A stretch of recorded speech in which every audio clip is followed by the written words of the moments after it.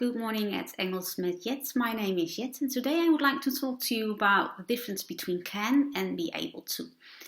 I visited a couple of companies last week and I noticed that people have problems using them in the right way. These modal verbs aren't that difficult to use, but you need to know the difference. So I'm going to tell you in a very short time what the difference is and when you use them the right way.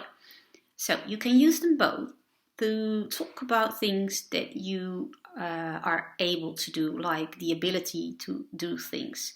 For example, I can swim, I can play tennis, or I can swim across the ocean, or I speak English very well.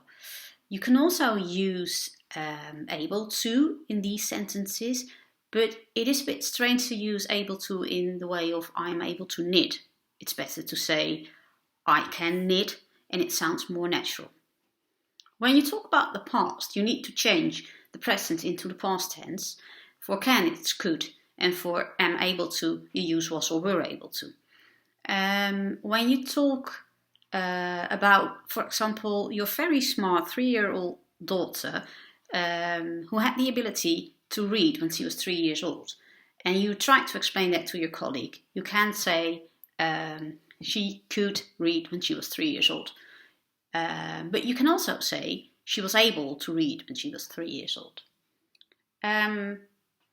When you do something in a very specific occasion, you cannot use could.